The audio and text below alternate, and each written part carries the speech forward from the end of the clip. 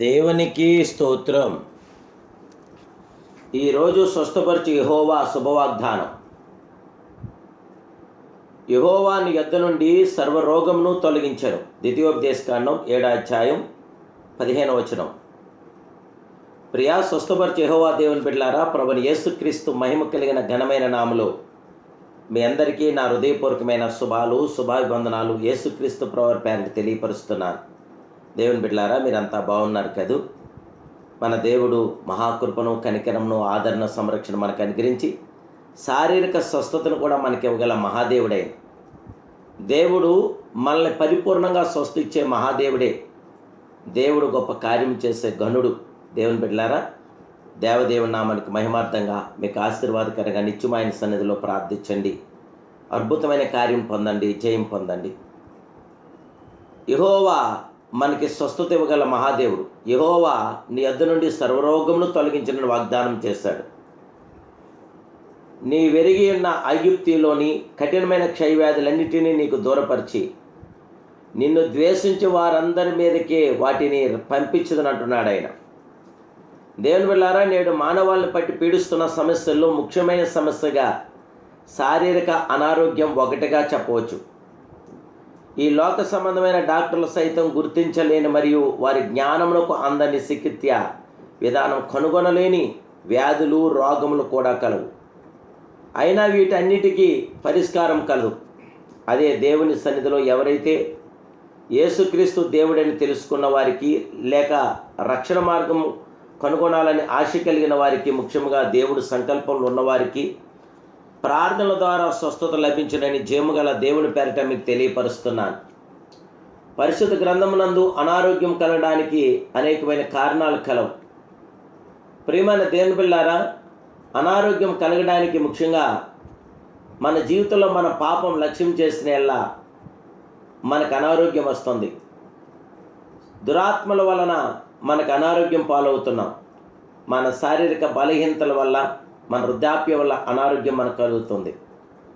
కొన్ని సందర్భాల్లో దేవునికి మహిమ వలన దేవుని క్రియలు ప్రత్యక్షపరచబట్టకు అనారోగ్యం కలుగుతుంది. ప్రభురాత్రి భోజనం అయోగ్యంగా స్వీకరించడం వలన అనారోగ్యం కలుగుతుంది. మనకి శారీరక భయం వల్ల కూడా అనారోగ్యం కలుగుతుంది. ఒకవేళ నీవు అనారోగ్యంగా ఉన్నావా, అయితే నీ అనారోగ్యము కారణం ఏమిటన్నది నీ ముందుగా తెలుసుకొని నువ్వు. నిర్గమాకాండం 15:26 అంటుంది, మీ దేవుడని యెహోవా వాక్కును శ్రద్ధగా విని ఆయన దృష్టికి న్యాయమైనది చేసి ఆయన ఆజ్ఞలకు విధేయులై ఆయన కట్టెలన్నీ అనుసరించి నడిచిన ఎడల నేను ఐగుప్తులో కలుగు చేసిన రోగంలో ఏది మీకు రానియను. నిన్ను స్వస్థపరిచి యెహోవా నేనే అంటున్నాడు అద్వితీయ స్వచ్ఛ స్వరూపుడు. యోబు గ్రంథం 5:18 అంటుంది, ఆయన గాయపరిచి గాయము కట్టును, ఆయన గాయము చేయును, ఆయన చేతులే స్వస్థపరచను. కీర్తన గ్రంథం 41:3 అంటుంది, రోగాశ్రయం మీద యెహోవా వారిని ఆదరించును, రోగం కలుగా నీవే వాడిని స్వస్థపరచదు.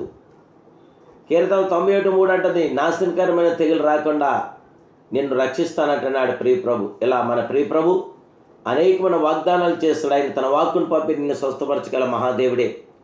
నీవు అనారోగ్యంతో ఉంటే దేవుని సన్నిధిలో హృదయపూర్వకంగాను ఉండలేవు.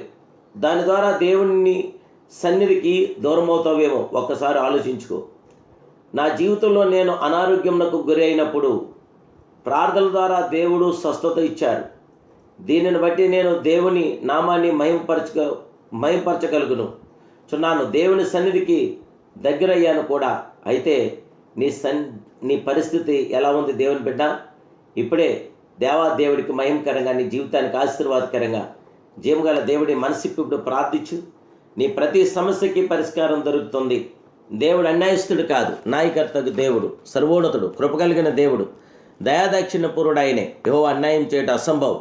అద్భుతమైన కార్యం చేసి సంపూర్ణమైన స్వస్థత ఇచ్చి నీకు జయమిచ్చే మహాదేవుడు, మహోన్నతుడు, పరిశుద్ధుడు, పరిశుద్ధాత్ముడు మన ప్రియ ప్రభు అయిన యేసు. ఆయన నామానికి మహిమార్థంగా ఇప్పుడే ప్రార్థించేద్దాం. మహాపరిశుద్ధుడా, మహోన్నతుడా, సర్వోన్నతుడా, సర్వాధికారి, నీ కొందనాలు స్తోత్రాలు యేసయ్యా.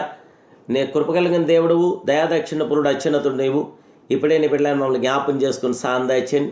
ఇదే నీ వాగ్దానం ద్వారా నాయన శారీరక స్వస్థత కొరకు మిమ్మల్ని అడుగుచున్నాం. స్వస్థపరచు దేవుడు నీవే. నీకంటే మాకు క్షేమాధారం ఎవరూ లేరు నాయన.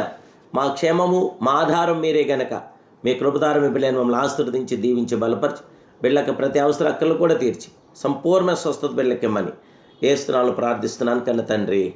ఆమేన్ amen amen. May God bless you.